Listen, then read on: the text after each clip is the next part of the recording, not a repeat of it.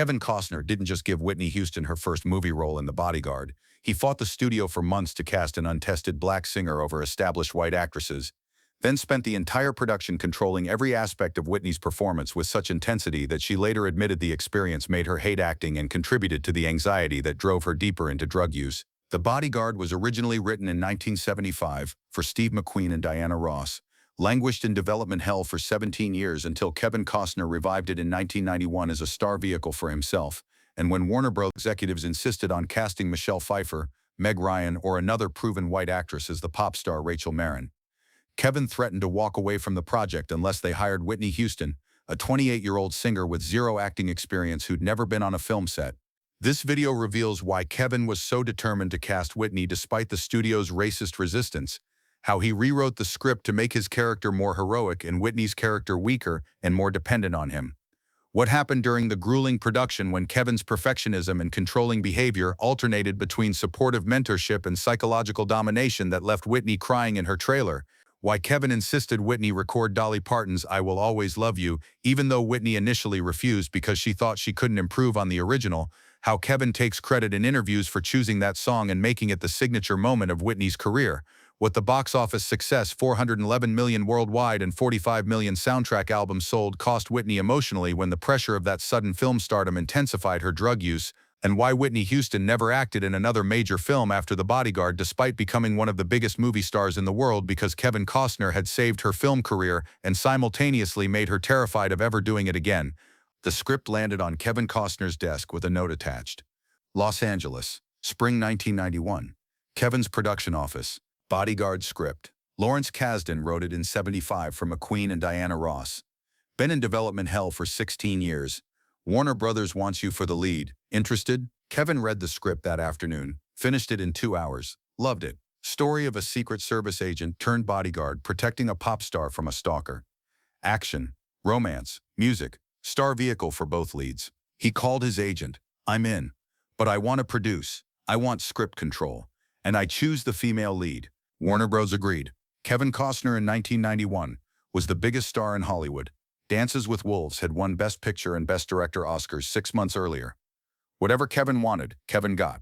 Kevin had already decided who he wanted for Rachel Marin, the pop star diva at the center of the story, Whitney Houston. His agent was skeptical. Whitney's a singer, never acted.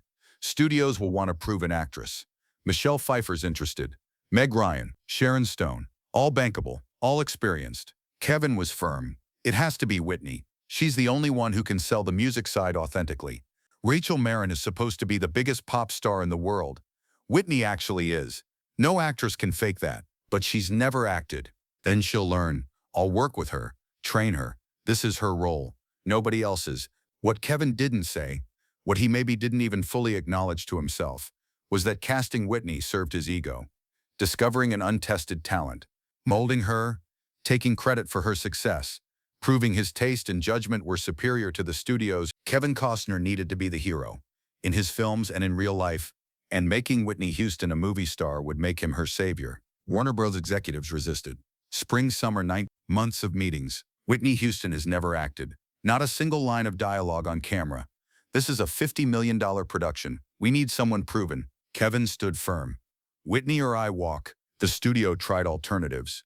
Offered the role to Michelle Pfeiffer. She turned it down. Meg Ryan, scheduling conflict. Sharon Stone, wrong energy. Every rejection strengthened Kevin's position. By fall 1991, the studio was desperate. The script was good. Kevin was attached. Budget approved. Production scheduled. They needed a female lead. Kevin repeated his ultimatum. Whitney Houston, final offer. Or find another bodyguard. But the resistance wasn't just about acting experience. Multiple people involved in the production would later acknowledge the racist dimension. Warner Bros. Executives in 1991, predominantly white men, their vision of a blockbuster romance, white leads, proven formula, safe bet. Kevin wanting to cast a black woman as the romantic lead opposite himself. A white man in a major studio film was commercially risky in their view. They didn't say it explicitly, but the subtext was clear in their resistance. Interracial romance doesn't sell. White audiences won't accept it. We need someone like Michelle Pfeiffer. Kevin pushed back. The character is a pop star. Pop stars in 1991 are diverse. Michael Jackson, Prince, Whitney. This isn't controversial, it's realistic. But he knew what they really meant, and he used his leverage to overcome their racism, even if his motivations were partly about his own ego and control. By October 1991, the studio caved. Whitney Houston was offered the role of Rachel Marin. Kevin had won. He'd forced the studio to cast the person he wanted, proven his taste was better than theirs, and now Whitney belonged to him. His discovery, his project, his control. Whitney Houston received the offer October 9th. She was 28 years old. The biggest singer in the world, 3 multi-platinum albums, multiple Grammys, sold-out world tours, but she'd never acted, never been on a film set, never delivered dialogue, never hit a mark. The offer terrified her. Clive Davis, her label boss and mentor, urged her to accept. This is your chance to be a movie star. Expand your brand. Become the next Diana Ross or Barbra Streisand. Her mother, Kissy, was skeptical. You're a singer, stay in your lane. Movies are a different world. Whitney was torn. The opportunity was huge, but the fear was overwhelming. She met with Kevin before accepting. Lunch in Los Angeles, November 19th. Kevin was charming, reassuring. I know you're scared. Everyone's scared their first time. But I chose you because you're perfect for this. You don't have to act like a pop star. You are one, that's half the work already done. But I don't know how to act. I'll teach you. We'll rehearse, work together. I'll be there every step. You're not doing this alone. Whitney wanted to believe him, wanted to trust that this powerful star who'd fought for her would protect her, guide her, make her succeed. She said yes. Filming would begin February 1992. 3 months to prepare. Whitney hired an acting coach, studied the script, watched movies obsessively trying to learn how actors worked, but nothing could fully prepare her for what was coming. Part 3. The Reread. December 1991, January 1992. Before filming began, Kevin rewrote the script. The original Lawrence Kasdan screenplay from 1975 was more balanced. Frank Farmer, the bodyguard, and Rachel Marin, the pop star, were equally strong characters. Rachel was confident, independent, resistant to being protected. Frank was professional but vulnerable, with PTSD from his Secret Service past. Kevin's rewrite shifted the power dynamic. Frank became more heroic, more dominant, more in control, the man who knows best. Rachel became more fragile, more dependent, more in need of saving, the woman who can't protect herself. Kevin made himself the center, the hero, the savior, and he made Whitney's character weaker to elevate his own. Whitney didn't realize this at the time. She was too inexperienced to recognize what was happening. She trusted Kevin, assumed he knew what he was doing. But people around the production noticed. Lawrence Kasdan, original screenwriter, saw the rewrites. Later said in interviews, Kevin made it more about him. The original script had Rachel as a strong woman who resented needing protection. Kevin's version made her grateful for it, changed the whole dynamic. Mick Jackson, director, tried to push back on some changes, but Kevin was producer and star. His power was absolute. What Kevin wanted, happened. The script that went into production February 1992 was Kevin's version. Frank Farmer, hero. Rachel Marin, damsel. Whitney would be playing a weaker version of herself, and she'd be doing it under the control of the man who'd rewritten her to be weak. February 1992, The Bodyguard filming began. Location, Los Angeles and surrounding areas. 12-week shoot. Whitney arrived on set terrified. First day, first scene, cameras, crew, actors, director, Kevin. She didn't know where to stand, how to deliver lines, where to look, when to move. Everything about film acting was foreign. In music, Whitney controlled her performances. In movies, everyone else controlled her. Kevin took charge. I'll walk you through it, step by step, trust me. For the first few weeks, Kevin was supportive, patient, encouraging. He'd rehearse scenes with Whitney privately, show her how to hit marks, how to find the camera, how to make her performance feel natural. Whitney was grateful. Kevin was saving her, teaching her, making her succeed. But gradually the dynamic shifted. Kevin's direction became more controlling, more critical, more demanding. According to accounts from people on set, Kevin would redo scenes multiple times because Whitney's performance wasn't exactly what he envisioned. Give her line readings, tell her exactly how to say lines, removing her own interpretation, correct her body language, facial expressions, emotional tone, constantly make her feel like she couldn't do anything right without his guidance. Whitney started doubting herself. Every take she'd look to Kevin for approval. Every scene she'd ask, was that okay? Should I do it differently? She'd lost confidence. Kevin's constant corrections, even when delivered kindly, made Whitney feel inadequate, like she was only succeeding because Kevin was carrying her. The supportive mentorship had become psychological domination. Kevin controlled Whitney's performance so completely that she couldn't find her own instincts, couldn't trust herself, couldn't act without seeking his permission. By mid-production, Whitney was struggling emotionally. The pressure was overwhelming. The control was suffocating. She'd cry in her trailer between takes. Her assistant would find her having anxiety attacks. She'd tell her mother on phone calls, "I don't know if I can do this. I don't know if I'm good enough." Kevin would check on her, offer encouragement. "You're doing great. Trust the process. Trust me." But the encouragement came with more control, more corrections, more dependence. Whitney was trapped. She couldn't quit.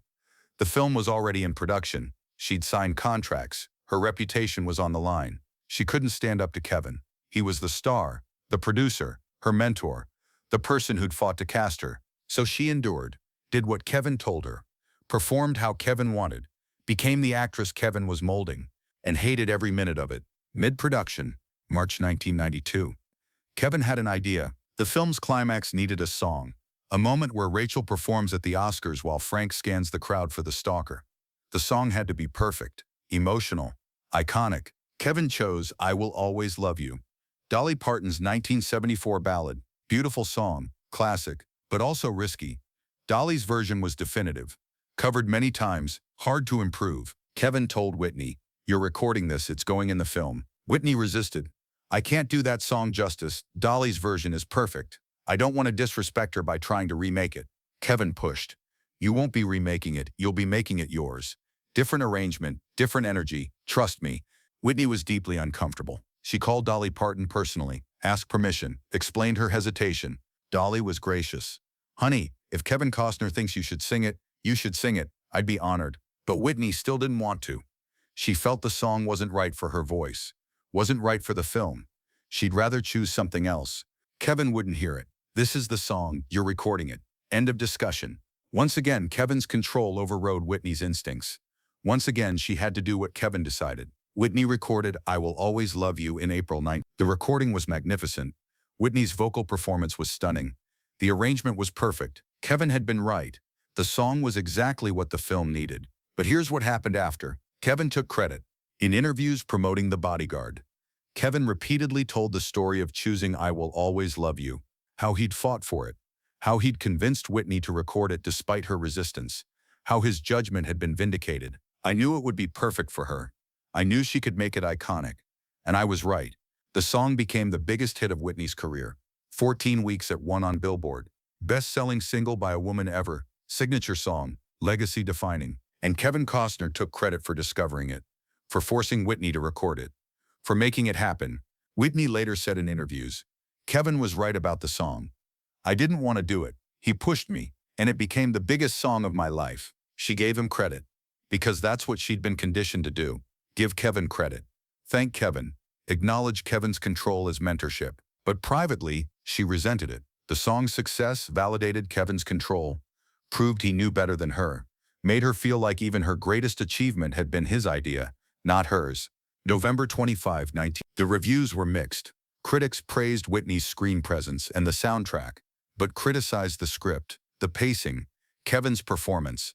Some said he was wooden and overshadowed by Whitney, but audiences loved it. The film was a massive hit. Box office $411 million worldwide, on a $25 million budget. One of the biggest hits of 1990. Soundtrack 45 million copies sold worldwide. Best-selling soundtrack ever. Multiple hits: "I Will Always Love You," "I'm Every Woman," "I Have Nothing." Whitney Houston became a movie star overnight. Not just a singer anymore, a crossover phenomenon. Her face on magazine covers, talk show appearances, award nominations. Kevin had been vindicated. His fight to cast Whitney had paid off. His control over the production had worked. His instincts had been right. He gave interviews taking credit. "I knew Whitney was special. I fought for her when the studio wanted someone else. I worked with her every day to make her performance great. I chose the song that became her signature. This film exists because I made it happen." Everything Kevin said was technically true.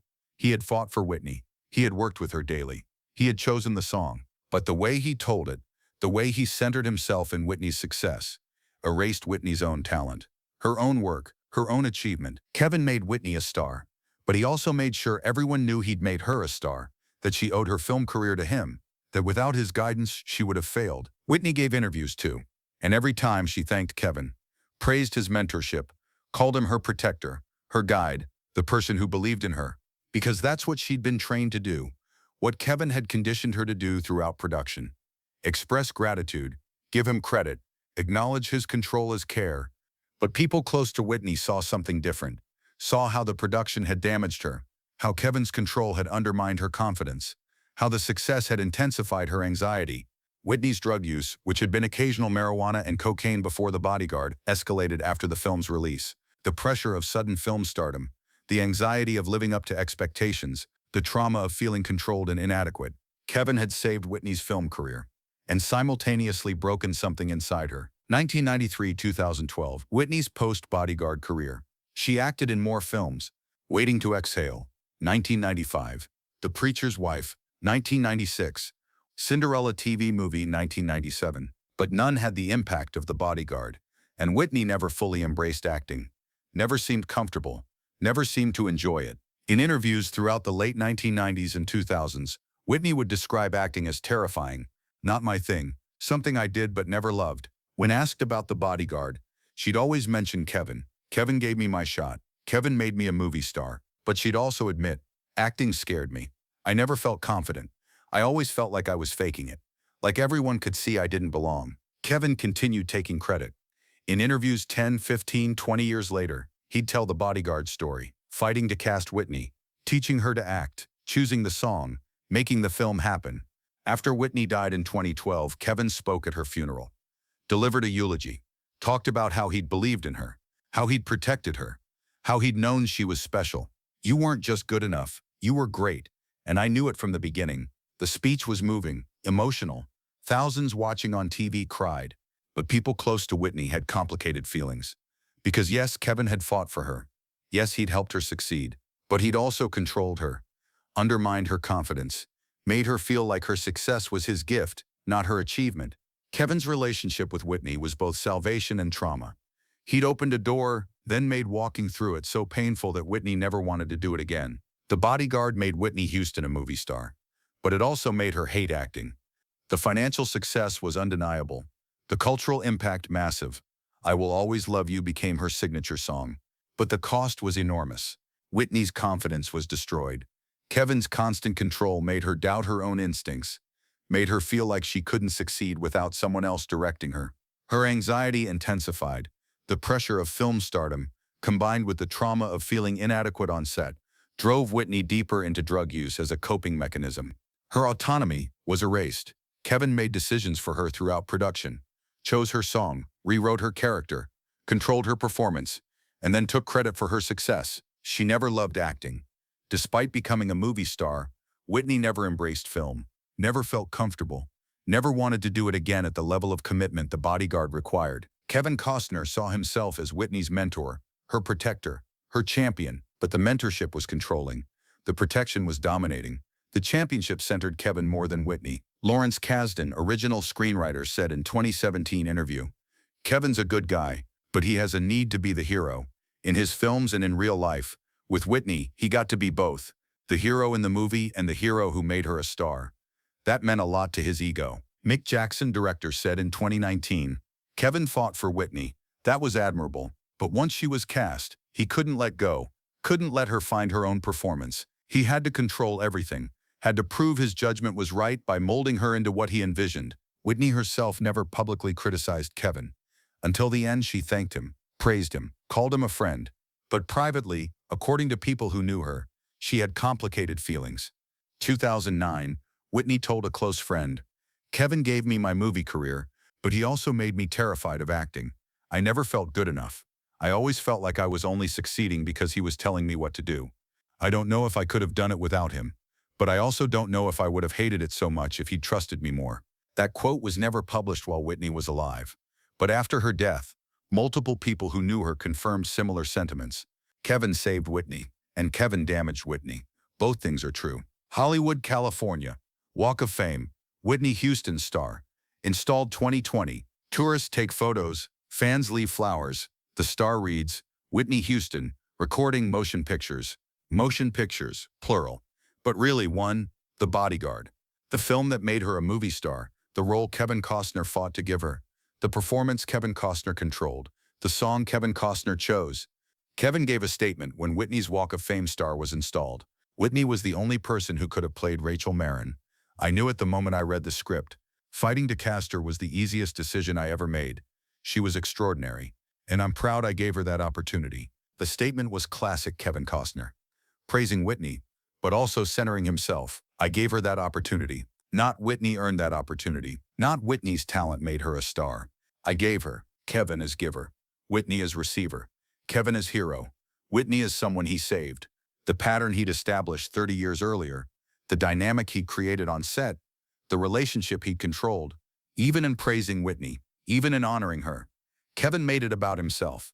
The Bodyguard script. 1975.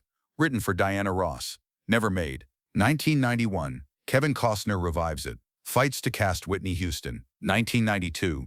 Production. Kevin controls everything. Rewrites script. Directs Whitney's performance. Chooses her song. I Will Always Love You becomes biggest hit of Whitney's career. Kevin takes credit. November 1992. Film opens. $411 million worldwide. 45 million albums sold. Whitney becomes movie star, but hates acting.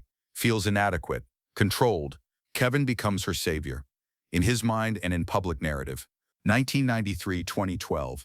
Whitney's career spirals. Drugs, bad marriage, voice destroyed. Acting never brings her joy. The Bodyguard remains her only iconic film role. February 11, 2012. Whitney dies. Age 48. Bathtub. Drugs. Kevin speaks at funeral. I knew you were great. I gave you that chance. Even in death, Kevin centers himself in Whitney's story. The script sits in archives. Kevin's rewrites preserved. Rachel Marron made weaker. Frank Farmer made stronger. Whitney's character diminished to elevate Kevin's. The pattern was there from the beginning. Kevin Costner saved Whitney Houston's film career and made the experience so controlling, so undermining, so traumatic, that Whitney never wanted to do it again. He fought for her.